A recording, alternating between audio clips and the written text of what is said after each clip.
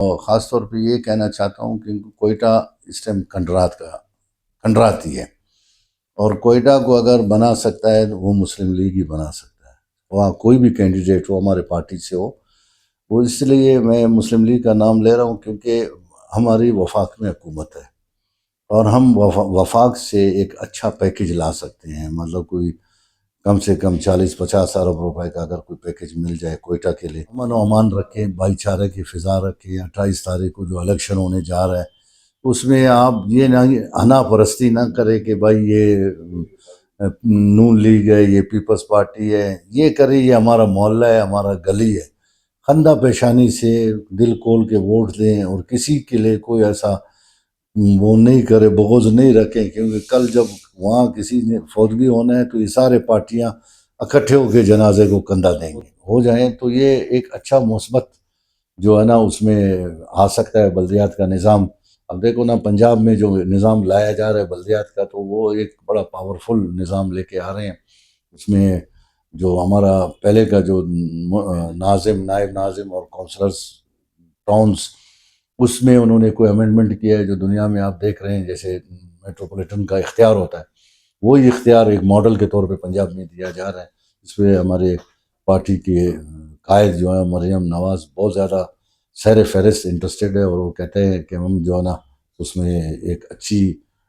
نظام لے کر آئیں، اور اس کو پوری پاکستان پہ جو ہے نا اس کو ہم کرائیں، عمل درآمد کرائیں۔ لگتا یہ ہے کہ ہم تو الیکشن کے لیے تیار ہیں۔ الیکشن ہم نے نامنیشن جمع کیے، نشانات الاٹ ہو گئے، اور وارڈوں میں، حلقوں میں کینڈیڈیٹ بالکل اپنا کمپین چل رہا ہے۔ یہ ایک استدعا ہم نے آنریبل عدالت سے کیا کہ چونکہ آپ کو پتہ ہے 10 دسمبر کے بعد اسکولوں کی چھٹیاں ہو جاتے ہیں، اور میجورٹی کوئٹہ خالی ہو جاتا ہے، مطلب جو وارڈ ہے، جو حلقوں علاقوں میں شاذ و نادر کسی جگہ میں پورا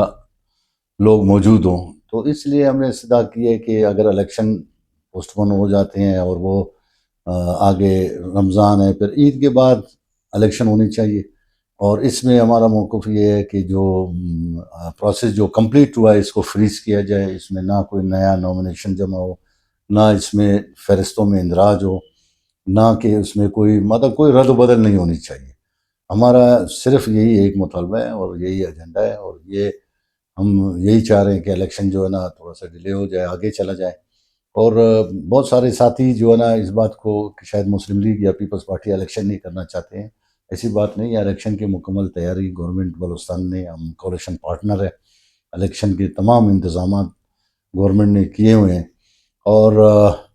اگر اچھا بہتر یہی ہے کہ اس میں آل پارٹیز کا جو ہے نا ان کا بھی جو کچھ دن پہلے گورنر صاحب سے آل پارٹیز نے ملاقات کی تھی، اور ریٹن میں ان کو دیا تھا، تمام پارٹیوں نے ریٹن میں دیا تھا کہ الیکشن جو ہے ڈیلے اور آگے کوئی ڈیٹ اس کا اناؤنس ہو جائے۔ تو اس کے روشنی میں جو الیکشن کمیشن نے گورنر صاحب کے لیٹر کو مسترد کر دیا تھا، اور پھر اس کے بعد ہم نے ایک میٹنگ کی آل پارٹیز میں، جس میں کچھ پارٹیاں شامل ہوئے، کچھ نہیں آئے، تو ان میں جو آئے ان کا بھی یہ خواہش تھا کہ ہم کوئی پٹیشن کوئٹہ میں ہائی کورٹ بلوچستان میں لگائیں۔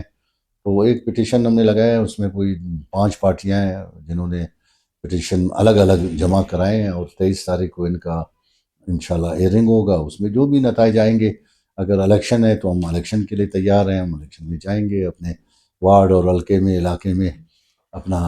جو ہمارے کینڈیڈیٹ کھڑے ہیں ہم ان کا بھرپور ساتھ دیں گے۔ ان کو جو ہے نا الیکشن ٹیمپو جو ہے نا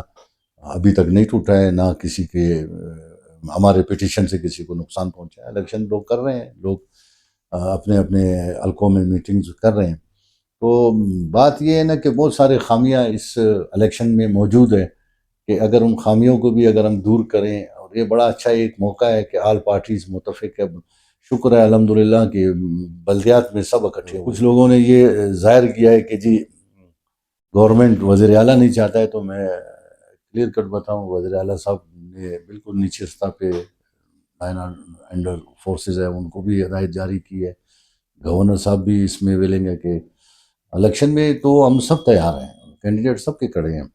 مگر ابھی کچھ لوگ اس کو کہہ رہے ہیں کہ ہو، کچھ لوگ کہہ رہے ہیں نہ ہو۔ اگر اس میں تھوڑی تاخیر ہو گئی ہے پٹیشن میں، کیونکہ اگر یہ پٹیشن شروع میں داخل ہوتا جب ہم نے الیکشن کمیشن